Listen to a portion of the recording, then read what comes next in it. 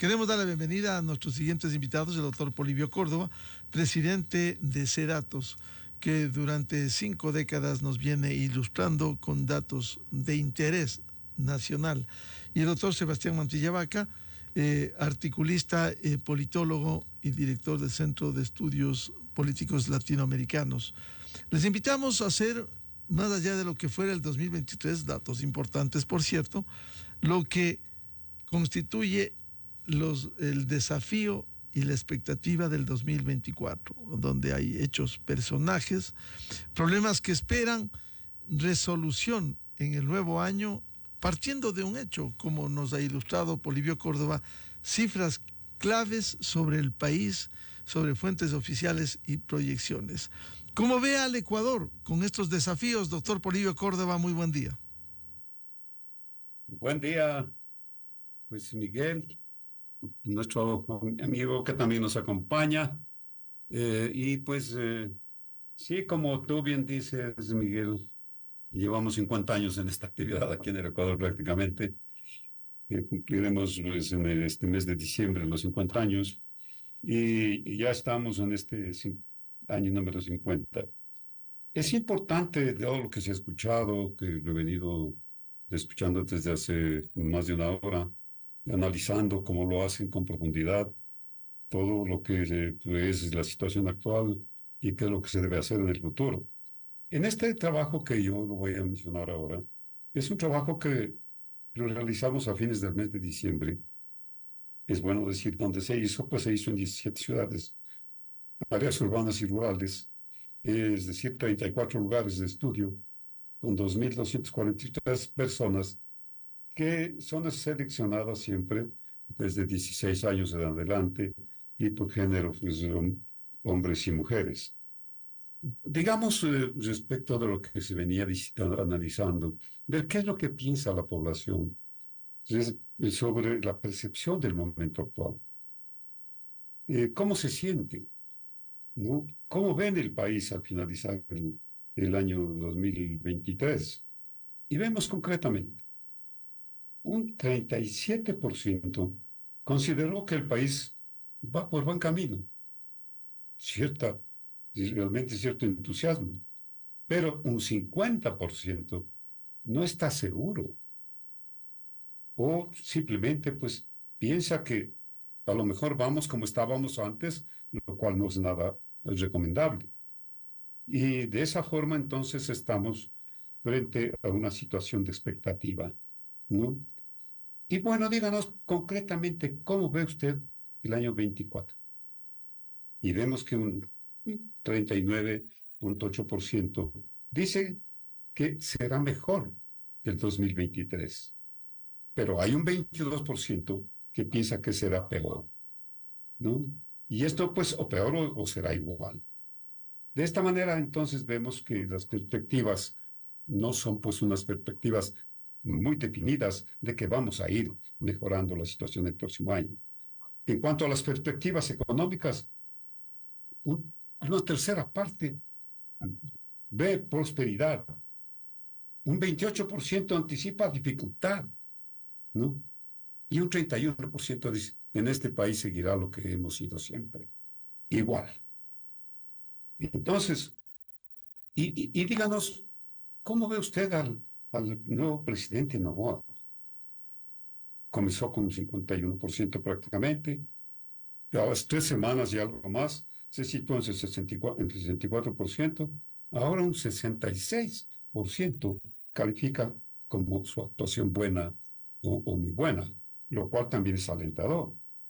Pero aquí también viene un asunto que es importante. Y bueno, y a la Asamblea, que es el problema tan serio que se ha tenido en el país y que se sigue teniendo. ¿Cómo ve? ¿Cómo ve la situación? ¿Usted aprueba la gestión que ha realizado hasta ahora la Asamblea Nacional? Tiene un 34.6% que acepta, pues casi la mitad de lo que dice el presidente, ¿no? No se olvide que la Asamblea anterior, a mayo del año pasado, 2023, bajó a 4%. 4. Quiere decir, pues, que hay una recuperación. Pero entonces, ¿qué pasa? que es preocupante la credibilidad que proyectan los asambleístas. Solamente un 20% de la población dice que les cree a los asambleístas. Y prácticamente hay un 80% que no les cree, que no ven en la asamblea pues una situación que podría decirse que se proyecta al Ecuador en una mejor situación. Solamente quisiera decir, ¿cómo vio la población cuando le dijimos los hechos, los personajes que más se destacaron el año anterior, y para ver cómo es lo que se proyecta hacia acá? Cuando le preguntamos en cuanto al mundo en general, ¿cuál fue el acontecimiento que más despertó a usted el año anterior en lo que se refiere al mundo y su gestión? 23%, la gran preocupación, la guerra de Israel y Hamas. El 7% la guerra de Rusia y Ucrania. Yo también, pues que se dieron elecciones en varios países, lo cual quiere decir que hay democracia en actividad, y eso lo vio un 6%. También, bueno, como opinión de los ecuatorianos, consideraron que el país, nuestro país, Ecuador, sí estuvo en la mira del mundo, sobre todo cuando se dio una situación que no se había dado pues en el pasado, en lo de la muerte cruzada. También como un aspecto que consideraron que repercutió a nivel nacional e internacional fue el asesinato de Fernando Villavicencio. Pero también, pues, la delincuencia, ¿no? La forma como la crisis económica no ha podido ser superada. Vio, tal vez también como un evento positivo, el triunfo de Javier Milei en Argentina, pero ¿cómo es lo que la migración se avanza? Los países lanzan a personas, y en eso los ecuatorianos también han avanzado, en la cuestión de la migración. Eso es, digamos, lo que se dio de parte de los ecuatorianos, lo que se ha dado en el mundo. Y en el Ecuador, ¿qué fue lo más importante? El cambio de gobierno, la disolución de la Asamblea, pues por la muerte cruzada, las nuevas elecciones, el nuevo presidente, también el asesinato de Fernando de Villavicencio, pero una cuestión muy grave, el avance de la delincuencia, el avance del sicariato. Y también mencionaron los ecuatorianos, pues, positivo, el metro de Quito, ¿no? Pero especialmente los quiteños. También nos disgustó los apagones y los cortes de luz, que esto incluso contribuyó también a que la gente no se sienta bien. Vio positivo, desde luego, porque los ecuatorianos también ven lo positivo y negativo. La actividad de los deportistas, que quedaron muy bien en el mundo. La Liga Campeón de Sudamérica, ¿no? Y pues de esa manera fue como un aspecto que puso a la población en una situación más positiva. Ahora, claro, es importante ver cómo piensan respecto del futuro, cómo ven los problemas que se los vienen. Claro, vamos a hablar del futuro, Polibio, para que lo desarrolle con el profesionalismo que tiene.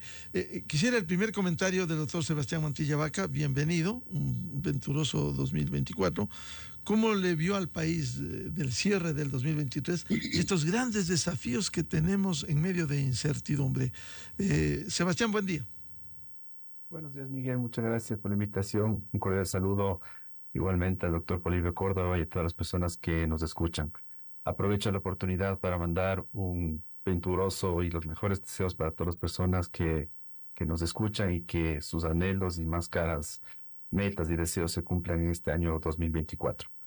Bueno, la situación es complicada. Yo creo que cuando analizamos los datos recogidos por datos en este mes de diciembre, de alguna manera usted ve que hay yo diría, no sé si me equivoco, un cierto optimismo de parte de la mayoría de la población frente a lo que podría ser el año 2024, pese a que vivimos una situación bien complicada. Es decir, venimos de un año 2023 que ha sido realmente muy conflictivo en el ámbito político, que llevó básicamente a la declaratoria de la muerte cruzada y a las elecciones anticipadas. Con las elecciones anticipadas se dio justamente el asesinato de la ex asambleísta Fernando Villavicencio, una situación nunca antes vista en el país.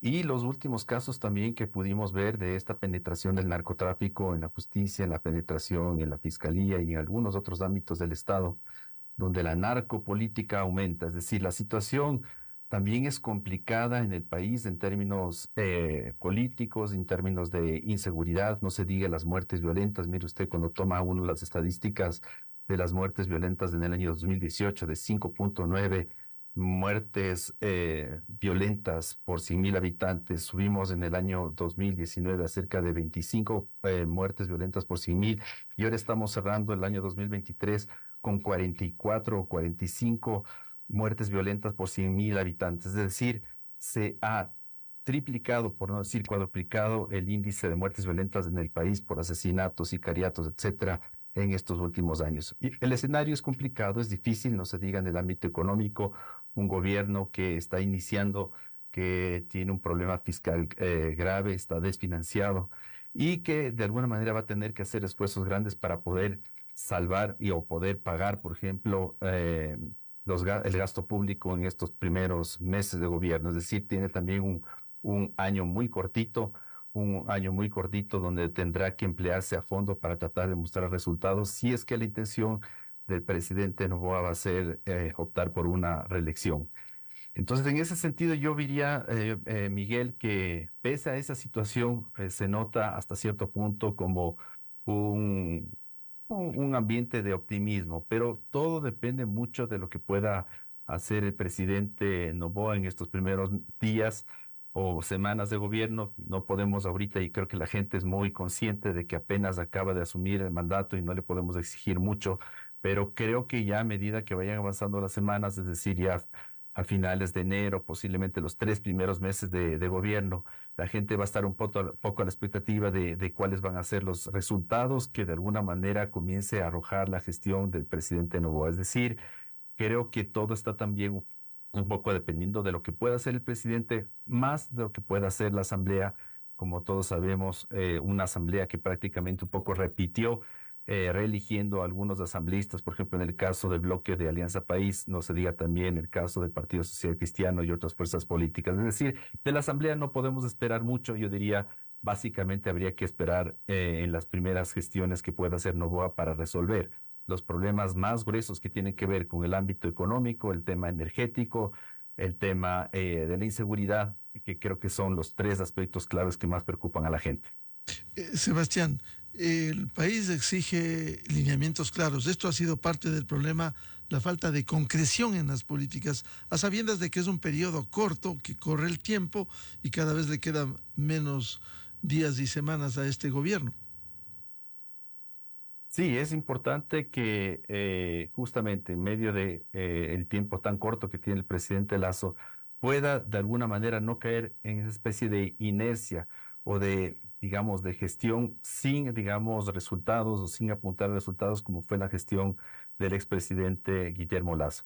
Creo que a diferencia de eso, digamos, hay el peligro o de que eventualmente Noboa pueda caer en una situación más o menos muy parecida, es decir, de tratar de poner énfasis, quién sabe, una especie de campaña o estrategia de comunicación para tratar de proyectar o decir que el gobierno eventualmente está trabajando, está haciendo algo, pero a la final no hace nada. Yo creo que frente a los problemas que tiene el país, que son muy, muy, muy, muy, muy graves, creo que el gobierno del presidente Noboa tiene que de alguna manera mostrar ahí sí un giro importante.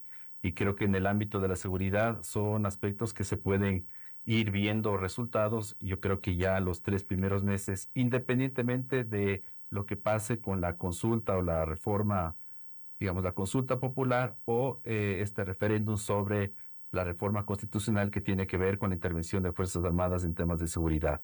Creo que la solución no va por ahí, como muchos expertos también en temas de seguridad ya lo han mencionado. La solución de la inseguridad no va a depender o no depende mucho de la intervención de Fuerzas Armadas apoyando a la Policía Nacional, sí, sino depende de un conjunto de políticas públicas y un conjunto de acciones que se pueda hacer desde las distintas instancias del Estado. Y una de esas, la más importante, es la que tiene que ver justamente con el caso Metástasis. Mire usted cómo hasta cierto punto la justicia está corrompida por el narco y eso ha hecho que prácticamente el trabajo que hace la policía o los fiscales cuando llegan ya a instancias como judiciales, los jueces los dejen libres a narcotraficantes e igualmente a todo el andamiaje de, digamos, que utilizan el narco en el Ecuador como tal. Así es que veamos qué es lo que pasa y creo que el gran desafío del presidente Noboa es mostrar resultados ya en las próximas semanas y durante los 3 primeros meses. Va a depender, yo creo que muchísimo de lo que haga para evaluar hasta cierto punto y que la gente pueda tener, digamos, una cierta tranquilidad y una claridad de que no es una continuidad en lo que venimos teniendo anteriormente, sino que en realidad sí se está haciendo cambios realmente importantes. Doctor Polibio Córdoba, los grandes desafíos y expectativas de 2024, partiendo de un hecho. La semana anterior se ofreció ya los temas de la consulta popular. No se lo ha hecho. Anoche anunció la ministra de Gobierno que será en las próximas horas. Sin embargo, en un periodo tan corto, ¿cuáles debieran ser las prioridades y los desafíos que tiene doctor Córdoba? Yo considero que se debe hacer eh, una consulta, comenzando primero preguntando a la población, pero como corresponde, ¿cuáles son sus problemas? A los diferentes grupos, a las cámaras de la producción. Tiene que haber un mayor diálogo, pero inmediato, ¿no? Para que se vea qué mismo es lo que está sucediendo en el país. Por ejemplo, cuando nosotros siempre les preguntamos a ellos, diga, ¿qué es lo que más le preocupa y qué es lo que se debe resolver?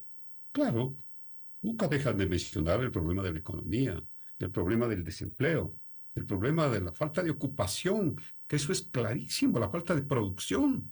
Las empresas en el año pasado sufrieron una situación de parálisis tremenda y con un gobierno que no tenía con qué pagar a los municipios y también a las diferentes empresas con las que trabajaba. Y luego, pues, el problema de la inseguridad, que solo lo hemos medido y lo seguimos midiendo todos los días. La inseguridad encabeza realmente todos los problemas. 44% de los problemas son los de la inseguridad, que antes era del 6%. Incluso superior a la falta de empleo y con la pobreza del 33%. La población ecuatoriana en este momento sufre un impacto terriblemente grande del avance del sicariato, del homicidio y el crimen organizado, todo lo cual impacta en su percepción y expectativas hacia el futuro. La realidad ha experimentado un significativo aumento de cárceles, por ejemplo. 35 eran, ahora son 53. Capacidad para albergar a 30,000 personas, sin embargo, se tiene más de 40,000 a diciembre del 23. Según la última investigación del Observatorio de Crimen Organizado, se ha incrementado en el Ecuador la inseguridad, el crimen organizado, al punto que es el tercer lugar en el hemisferio. Ocupa el Ecuador, el tercer lugar en el hemisferio. Y entre los 11 países más peligrosos del mundo, con una criminalidad de 7.07% en el índice global del crimen organizado. Después de países como Myanmar, después de países como Irak, como Afganistán. Entonces, en esto yo creo que es importante que se tome en cuenta un trabajo como corresponde. Y hemos conversado con varios formadores de opinión, que también no nos acercamos solamente a la población, desde luego en general, pero con los formadores de opinión. Y ellos están pendientes. El análisis es general. Nosotros hacemos foros todas las semanas y vemos qué es lo que se tiene respecto de lo que se habla de la consulta. Primero dicen, bueno, no se debe, pues, ni siquiera detener en lo que se refiere a la organización plena del gobierno, debidamente en todos sus campos, en la relación que tiene que haber entre la Asamblea y el Legislativo y el Poder Judicial, que ha sufrido una crisis tremendamente grande. Entonces, ven que se manejen las cosas de tal forma de enfrentar lo más grave, la inseguridad y el narcotráfico. Implementar un plan integral que aborde las causas de la inseguridad y para fortalecer la policía y las fuerzas militares. Hacer efectiva la cooperación internacional para combatir el narcotráfico. Aumentar la inversión en educación y en orientación para prevenir la delincuencia. las estrategias para proteger y fortalecer a las familias. En el campo judicial, eliminar una serie de organismos manipulados para la elección de autoridades y jueces probos. Un marco jurídico sólido y estable que garantice la transparencia del sistema judicial. Revisión por ejemplo, de algunas regulaciones en el país que ya son pues caducas, y sobre todo no olvidar, es que te digo, mirar las cuentas nacionales, son tan terribles. El Ecuador tiene que pagar 23.622 millones de dólares entre los años 2024 y 2029. Para entender la magnitud de esta cifra, hay que ver cómo es lo que se están obteniendo los ingresos. Me parece, Miguel, que falta el análisis profundo de esa realidad. Cuando se ve rápidamente los indicadores los que vive el país, una tasa de decrecimiento para el 2024 del Producto Interno Bruto, la deuda externa, 75.000 millones de dólares, ¿no? La deuda pública, pues ha crecido de tal manera que es más del 64%. Tenemos solamente pensar lo que ha sido el Ecuador de los últimos años.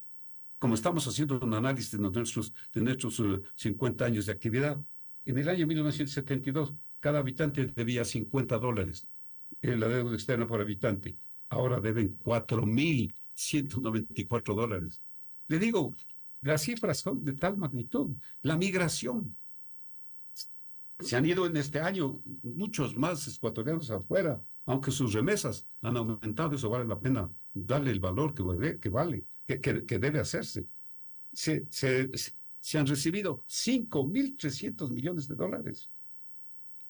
Y claro, como se ha dicho, no tenemos que ser francos. Eso dijo el presidente actual en una reunión frente a diferentes organismos internacionales y la banca. No sabemos cómo vamos a estar en los años 24, en los años 25, 26 para pagar la deuda. Riesgo país, de lo que estaba en 758, 2.165 puntos. Entonces, yo creo que es necesario de que se organice de tal manera las cosas para que esa consulta popular, que sí debe hacerse, comience con una consulta interna en todos los diferentes sectores y mirando como debe mirar al país en especial, decir qué es lo que se debe consultar. Es importante aquello, pero no lanzarse simplemente pensando en qué es lo que va a haber en el año 2025 en cuestión política, sino en cómo resolver el problema actual desde ahora. Este es un periodo corto, pero no porque sea corto, puede dejar de ser una muestra de eficiencia y de verdaderos trabajos en el país. Claro, se necesita precisiones en el caso de la consulta popular y también oportunidad. Corre el tiempo y el desgaste de un gobierno es normal, Sebastián. ¿Qué debiera hacer la consulta popular y cuándo anunciar? Cuando el propio gobierno ha dicho la semana anterior no se concreta, ahora dicen que mañana o máximo miércoles. ¿Por qué no anunciarle al país los temas de la consulta popular? Sí, yo creo que en los temas de la consulta popular el gobierno debería ya comenzar a anunciar y posiblemente preguntar sobre temas que yo diría deberían ser claves, neurálgicos y sumamente estratégicos e importantes para el país. Tal vez en el ámbito, por ejemplo, más importante que tiene que ver con el tema institucional, en un tema de una reforma política. Por ejemplo, el papel que cumple este Consejo de Participación Ciudadana y Control Social, que ha sido un desastre. En realidad, digamos, invento que hizo el correísmo con la Constitución del año 2008, que lo único que sirvió básicamente es para crear una instancia paralela, controlada por la fuerza política y que permita tomarse la justicia y las principales instancias de control. Eso, por ejemplo, ha sido un factor nefasto para el buen funcionamiento de la institucionalidad y la democracia. Creo que ese es, por ejemplo, un tema clave. Creo que igualmente en los temas, por ejemplo, que son claves, es el tema, por ejemplo, de una reforma al Código del Trabajo. Es decir, hay aspectos que tienen que tomarse en cuenta como que es un aspecto que puede ayudar a mejorar la empleabilidad y las plazas de empleo a nivel nacional. Yo no creo que una consulta popular debería ser para preguntar 10, 15 preguntas, como en un principio han mencionado ciertos voceros del gobierno, sino deberían ser 3, 4, 5 preguntas, no más de esas, y claves. Es decir, que la ciudadanía no crea que eventualmente esta consulta popular es un engaño o simplemente es una especie de plebiscito para ver o medir la popularidad del gobierno del presidente Noboa, o que le permita eventualmente esta consulta al presidente Noboa decir, no, yo tuve un apoyo en buena parte de las preguntas, así es que yo endoso ese apoyo y miren, mi gobierno tiene este nivel de popularidad y de legitimidad.